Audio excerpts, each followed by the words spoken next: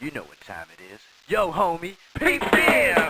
Tempo, check it out, you know he makes it funky, and he's good to go. Everything, catch the groove from New York, LA, and San Francisco. The house tonight, you know it's gonna move your mind. The groove is out of sight. The groove is out of sight. As funky as you wanna be, Tempo's in the house tonight. Tempo's in the You house. know it's gonna move your mind. The groove is out of sight. The groove is out of sight. Funky as you wanna be.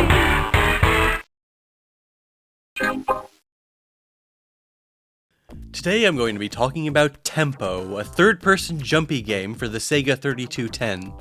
It's a game I played as a kid that left a big impression on me, but hardly anybody played it because it was released on the failed 32X expansion for the Genesis.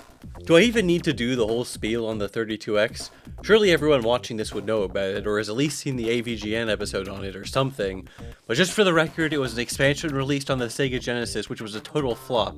It came out near the end of the console's lifespan, when everyone was just waiting for the next generation of systems. In fact, in North America, the Sega Saturn would come out less than 6 months after the 32X, and in Japan it actually released after the Saturn hit the market. It has a pitiful library of only 40 games, one of which was Tempo. When I was a kid, my dad picked up a 32X from a yard sale for cheap, and I only ever had 2 games for it, Knuckles, Chaotix, and Tempo. And despite being a Sonic nerd, I still prefer Tempo. Although for the record, despite its flaws, I do really like Chaotix purely due to the vibes and soundtrack, and I have played it with friends since making that video, and it turns out that does actually make it a lot more fun. Like wow, who could have guessed the Sonic game explicitly about controlling 2 characters is more fun when you play it co-op. I did actually mention this possibility in my Chaotix video, by the way. I should mention that I've only ever played this game single player, and you can do it as 2-player with one person controlling each character. But frankly, that sounds like a fucking nightmare to me. But maybe it would make the game more fun. Anyways, like I said, today I feel compelled to talk about Tempo. I've always wanted to tell people about this game because it feels like nobody I meet has ever heard of it before. I've had a little gotta talk about Tempo someday splinter stuck at the back of my mind for quite a while now. How long exactly? Well, you're currently looking at footage of a Tempo playthrough I recorded back in 2010. I've been transferring this footage from computer to computer ever since, and I'm not even going to end up using it because I recorded it in 320 by 224. The thing about Tempo is it's not like it's some incredibly hidden 10 out of 10 gem. It's honestly just a game I would say is pretty good, but for some reason it just always stuck in my mind. It's like one of those 7 out of 10 games that just resonates with you because you played it at the right time in your childhood. Plus, as I get older, I find myself more able to appreciate just pretty good games. Sometimes a pretty good game hits the spot. Even if the gameplay is just alright, I always dug it on an aesthetic level. It's a very colorful and vibrant game. It's got some great character animation. Like, check out the fucking smear frame when he looks up. Absolutely incredible. But yeah, in general, I just adore the character designs. I love Tempo and Katie and all the generic little ant dudes. This game may have one of the funniest examples of American versus Japanese box art. I mean, we've got Tempo looking cute as usual on the Japanese box art, and then just take a look at him on the American version. It's hilarious. It has all the hallmarks of the era, trying to make him look cool and edgy, but it just looks kind of freaky and hideous. And apparently this wasn't bad enough because the Brazilian market featured a slightly different take on the American design. But you want to see something really crazy? I found this on Sega Retro. Apparently this is a box art prototype, which is a different design for Tempo. He looks way more like a grasshopper in this version, and there's some kind of mantis lady in the background. Again, what is the point of all these stupid redesigns when the Japanese box art is the only one that actually resembles in-game Tempo?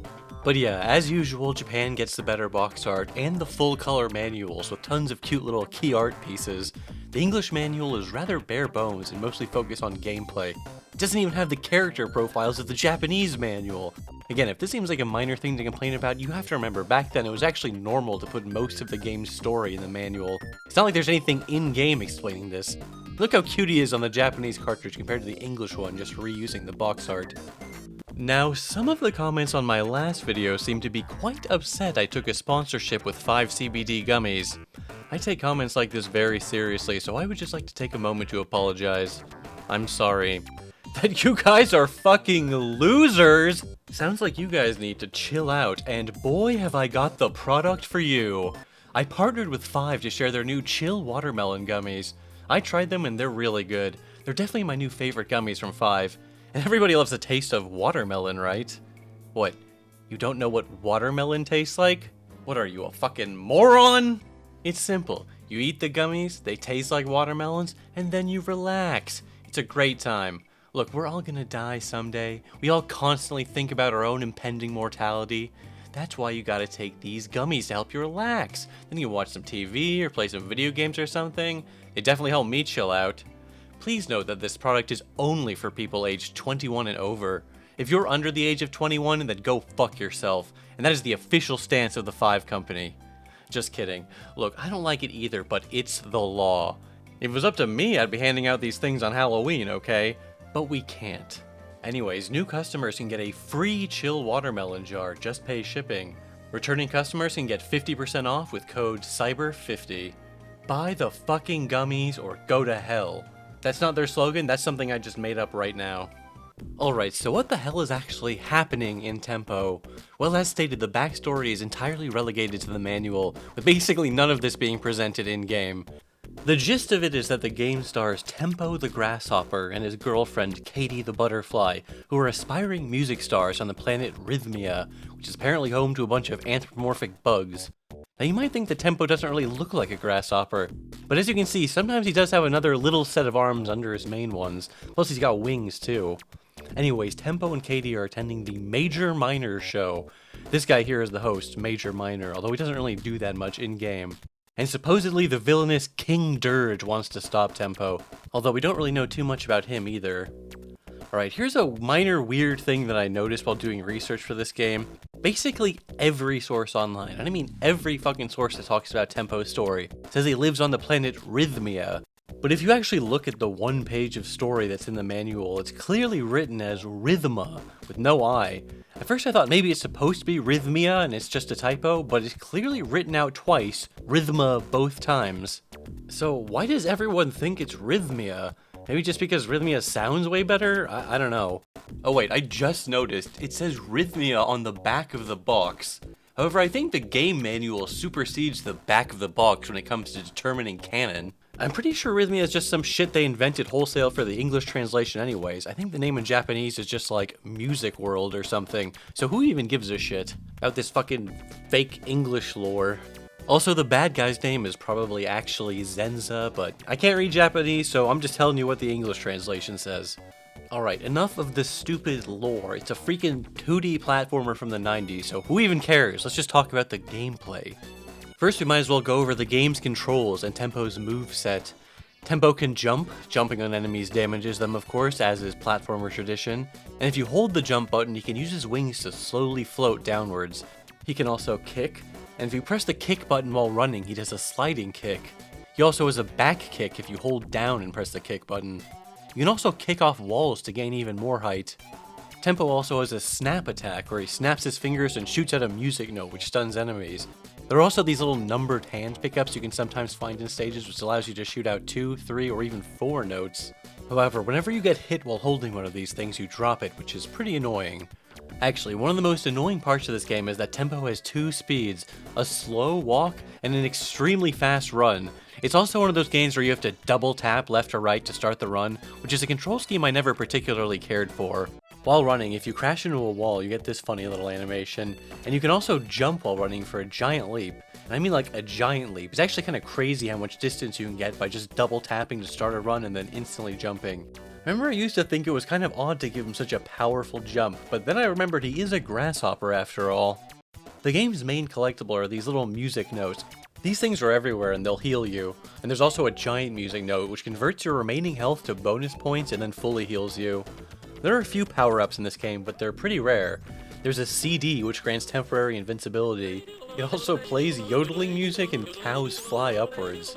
There's also the LP, which plays chill music and gives Tempo a cool afterimage effect. While the item is active, Tempo and his afterimages shoot records instead of music notes, and he also fly up with his gliding ability. The final power-up is the cassette tape, which just doubles points when active, which is pretty boring by comparison. There are also the aforementioned numbered hands, which increase the amount of music notes you shoot out when snapping. I will say there's an odd thing where shooting 2 notes is nice, you get an extra one that comes out behind you and then loops around. And shooting 4 notes is also nice because you shoot out 3 in a spread in front of you, plus 1 backwards. But shooting 3 notes at a time is actually kind of annoying because you lose the ability to shoot directly in front of you. You shoot diagonally up and down and also straight back, so you have to find yourself turning around to hit enemies a lot of the time. The last collectible is the headphones, which permanently increases your health bar. You can see the pips next to the health bar, which indicate how many headphones until your health is maxed out. In stages, you can find these dance pads, which cause Tempo and all the enemies on screen to dance. The enemies are then defeated and turned into coins, and Tempo's girlfriend Katie joins him. Katie is fun to have because the background music gains an additional layer when she's with you.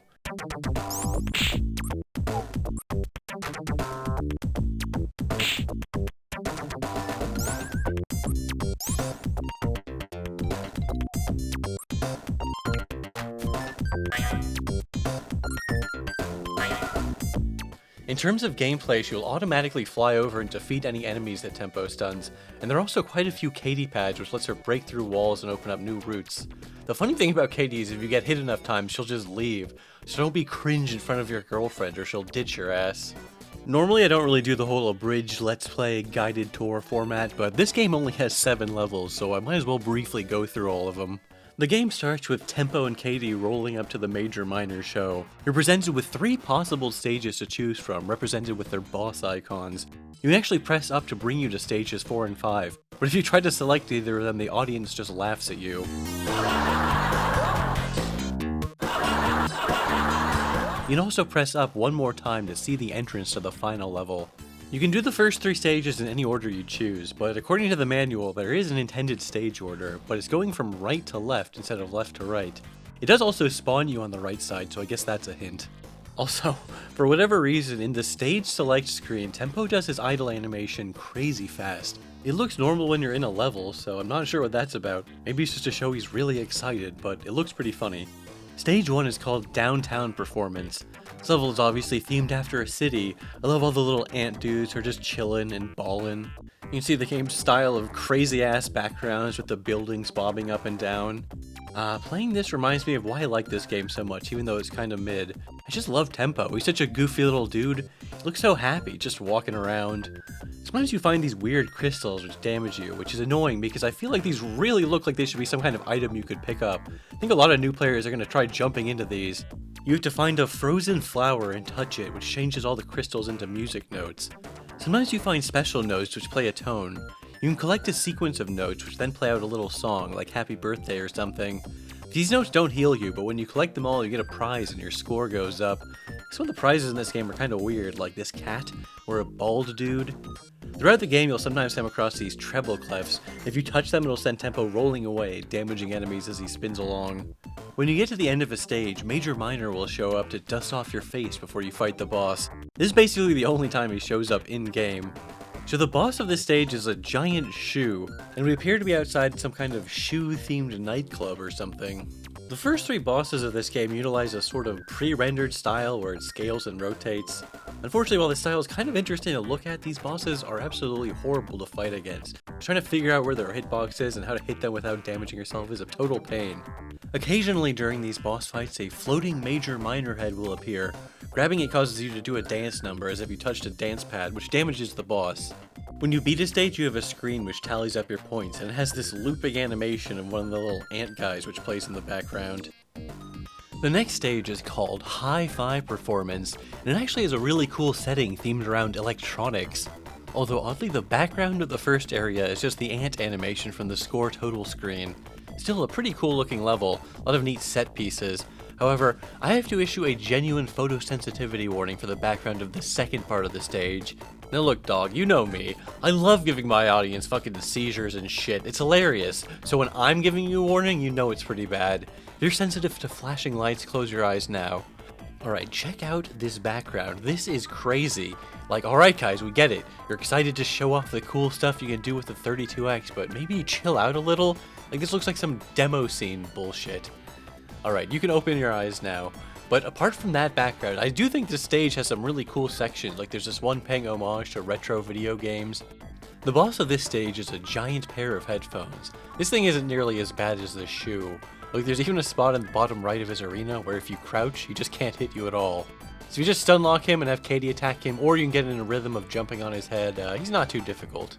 Between stages, you can use the coins you collect to play bonus games by pressing down on the stage select screen. These are just some goofy-ass mini-games starring the generic ant dudes that you can play to earn some extra points, which is not terribly useful, although you can use it to score some extra lives with a high enough score. They're all just simple rhythm games where you press buttons when cued. There's a karate one where you're breaking boulders and logs, there's a surfing one where you strike poses to the music, but my absolute favorite is the one where you have to sneakily eat pizza when your bitch ant wife isn't looking. If she catches you eating one slice of pizza, she's gonna knock your fucking lights out. It starts off going pretty slow, but it speeds up a lot the more rounds into it you get. The third stage is called Indigestion Performance, and I always really loved this one. You start off by entering the mouth of some extremely large creature. All the enemies are like dentists and burgers and clarinets. Plus I love that really big fucking seagull in the background. Then you go inside it, and the rest of the stage takes place inside of their body. It is absolutely crazy in there. Like, not only are there giant blood cells and shit, there's like massive freaking saxophones in the background for some reason. I will say, this is a prime example of there maybe being too much shit going on in the background. Plus sometimes there's even foreground elements obstructing your view too. I feel like especially for new players, sometimes differentiating between what's part of the background versus what's an actual hazard can be tricky. That being said, part of me does love the chaotic, maximalist energy the game's art style has. Oh yeah, this level also has these annoying ass heart enemies, which I always hated. Solid contender for the most annoying enemy in the game. The boxing glove boss isn't so bad if you stun lock the shit out of him and have Katie do all the damage, but his final phase where he teleports around is kind of annoying because he can teleport directly on top of you and there's nothing you can really do about it. But I still think this shoe is by far the worst rotating sprite boss. Shame he's on the first level. You know, sadly for a game with such a musical aesthetic, the actual music is not particularly notable, aside of that iconic intro of course. That is not to say it's bad or anything, it gets the job done, and there's some pretty decent tracks, but I just wish I could be gushing about how great it is. Maybe I'm just spoiled from all the banger Sonic soundtracks, I don't know. Again, there's some pretty groovy tracks in the game, but you're literally only getting to hear the full version of each track when you have Katie with you, which is probably going to be a minority of the time, especially if you're a newer player. Anyways, we have now reached the second tier and have two stages to choose from. I usually go with the clown boss first, which is the circus performance. And the first area definitely feels like a circus with daredevil and clown ants, flaming rings to jump through for points, and a weird like Lego block ground. The stage is full of balloons that you can ride straight up once you step on them. But the second area of this stage is kind of odd. It's like nighttime themed and almost a little maze where you go through these chutes. There's even a room full of ants who are sleeping and you can just murder them while they're asleep. It doesn't really feel like protagonist behavior. I always did like if this chandelier falls and then the room becomes dark. That's kind of a neat touch. The third area of the stage is sort of construction site themed with the city background from the first level. It's kind of weird that only the first part of this level actually felt circus themed, but you know, a little variety can be nice. The clown boss can be a real bastard. He's named Baffo the Clown apparently, according to the Japanese manual. When the fight starts, you just have to stand around for like 10 seconds while he does his little intro sequence, sauntering in from the audience. He's kind of a nuisance to fight. It's not always clear when you can damage him, and he likes to hold his cane above his head to block you from jumping on him. In a funny little twist, he can grab the major minor head that comes down, doing a little dance of his own, which damages tempo.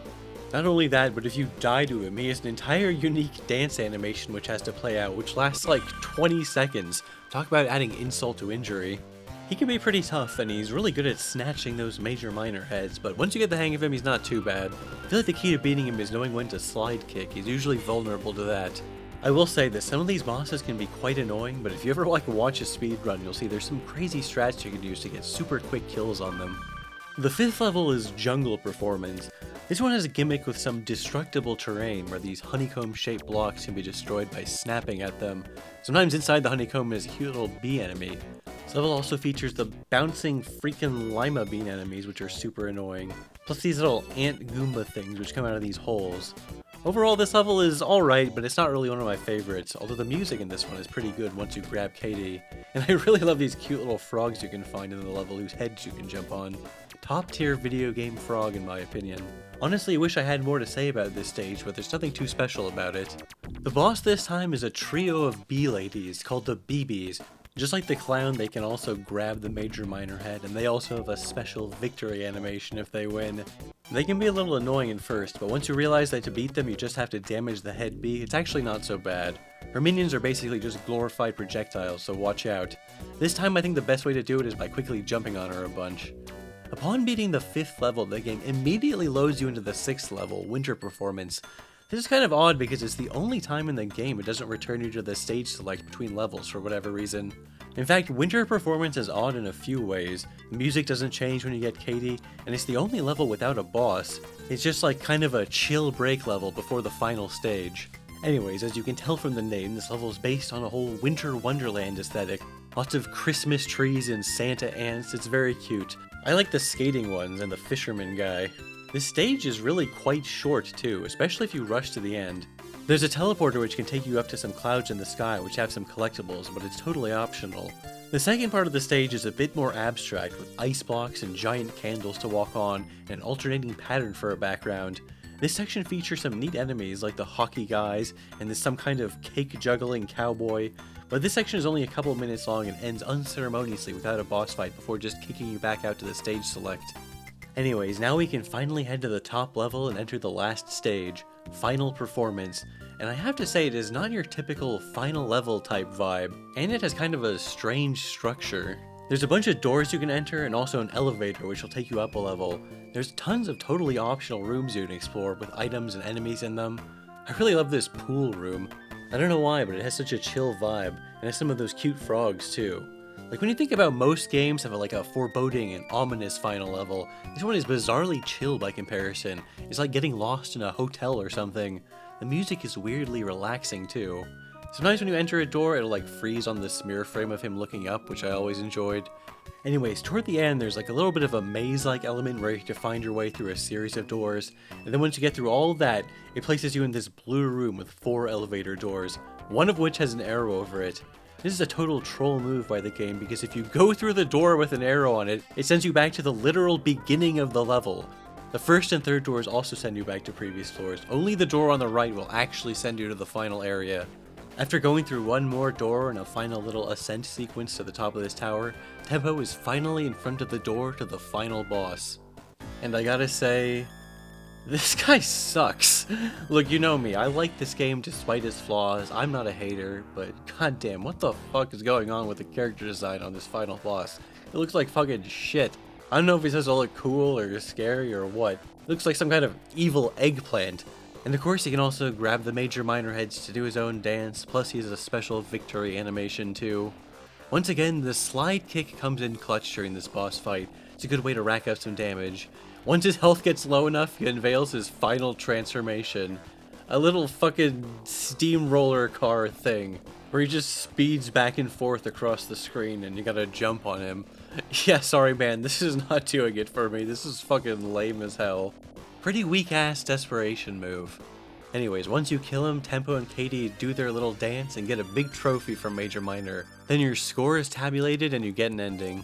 So yeah, that's Tempo. It's a fun little game, you should give it a try sometime. It's not too long, it's only like an hour and a half long to play through, though it might take you a little longer if you're new to the game and dying a bunch.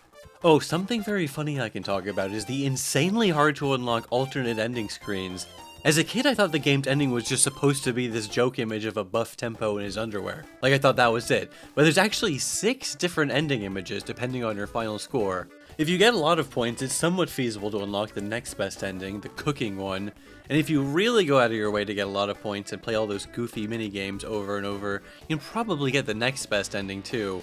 But the score thresholds for the final 3 are like absolutely fucking insane. You would have to be deliberately grinding to unlock these. And there's actually a fairly good explanation for why these endings are so hard to unlock. If we take a look at the relatively sparse The Cutting Room Floor page for this game, we can see in one of the beta builds that killing enemies gave way more points than in the final version. So these ending score thresholds were probably just decided early on in development before they went back and changed some of these point values. They never got properly adjusted, which is too bad because it means that practically no one who beat Tempo ever got to see the best ending, with pregnant Katie and dad Tempo, living the dream life with kids running around their sentient house. You can't replay stages in this game once you've beat them, so in order to maximize your points, you have to die on purpose after getting a 1-up, or just grind in the final stage by deliberately taking the door to repeat the level. In fact, amusingly on speedrun.com there's a house percent category with exactly one entry.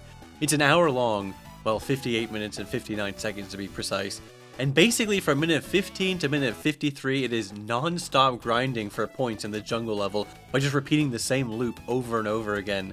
That's almost 2/3 of the entire run just grinding for points. What a silly category. There are a few pre-release builds of the game on the cutting room floor, but they aren't that different from the final game, mostly just extremely minor differences. And if you know anything about me, you know I love pointless minutia and minor bullshit like this, so for me to say it's not really that interesting, you know it's gotta be pretty boring. Well, the builds we have aren't that different, but there is some interesting beta footage shown off in a 1994 Sega showcase. Unfortunately, the video linked to on the cutting room floor page has since been privatized, and to my knowledge it was the only place on the internet with that footage. However, someone named Garfield Epic Moments re-uploaded a copy of this video, which is great. Unfortunately, it is in super crunchy quality. I happen to have a 3-second WebM of this beta footage, so you can see how the quality should look, but to my knowledge, unless this video gets unprivatized, this is lost media. It's a long shot, but if someone watching this has footage of this in a watchable quality, please re-upload it. Thanks. There aren't too many glitches I'm aware of in this game, but a neat one I learned from watching speedruns is a quick way to get up these monkey bar things that you see in some stages. Instead of having to slowly climb up them, if you snap just as you jump into them, you'll zip straight to the top. Unfortunately, but not surprisingly, the game was not a huge success considering nobody bought a damn 32X. However, the game did actually receive a sequel, Super Tempo, for the Sega Saturn, and there's also a version of Tempo released for the Game Gear called Tempo Jr. I would have loved to play Super Tempo as a kid, but unfortunately it only came out in Japan. You'll be pleased to hear it is also weird as hell. It feels very Tempo despite being quite different. I would really need to do a separate video to properly dissect it, but for example, in this game Tempo doesn't kick his enemies, he attacks his enemies by playing his bubble fiddle at them, trapping enemies in bubbles to pop. I wish I had more to say about Tempo Jr., but it's more or less just a demake of the game for the Game Gear. I mean, it seems pretty good for a Game Gear game, and it's not exactly the same. It's got some slightly different stages and these animal boss fights, but other than that, the most notable thing is how terrifying he looks on the English box art. So the game was made by Red Company, who created the Bonk series, and also Sakura Wars, which is a pretty popular Sega franchise in Japan but was never released in the West. It's become a pretty big multimedia franchise, but it started with the Sega Saturn game Sakura Wars, which is like a steampunk tactical role-playing game in a Japanese setting, with dating sim and visual novel elements. Anyways, Tempo is designed by Keisuke Abe, best known for his work on the Bonk series, which served as the mascot character for the TurboGrafx-16, which is known as the PC Engine in Japan. In fact, Bonk is known as PC Genjin in Japan, Genjin being a Japanese term for caveman or primitive man. See, it's like a pun, get it? Fun fact, the Bonk series had to have its name changed in Europe to BC Kid because of the sexual connotations of the word bonking. So the character's got a big ass head, you go into a creature's mouth and there's a level inside. Yep, Bonk seems Tempo core as hell. Or, well, I mean, I guess Tempo is actually Bonk core since Bonk came first. Well, that solves the mystery. My whole life I wondered what's the deal with Tempo. Turns out it's a Bonk-like. I don't really know shit about the Bonk series to be honest, so maybe I'll have to give it a shot someday. And I definitely will find an excuse to talk about Super Tempo eventually. Honestly, I didn't really have a grand thesis with this video. I don't even care if you hated it. I just want to live in a world where more people know that Tempo exists. So fuck you, I win.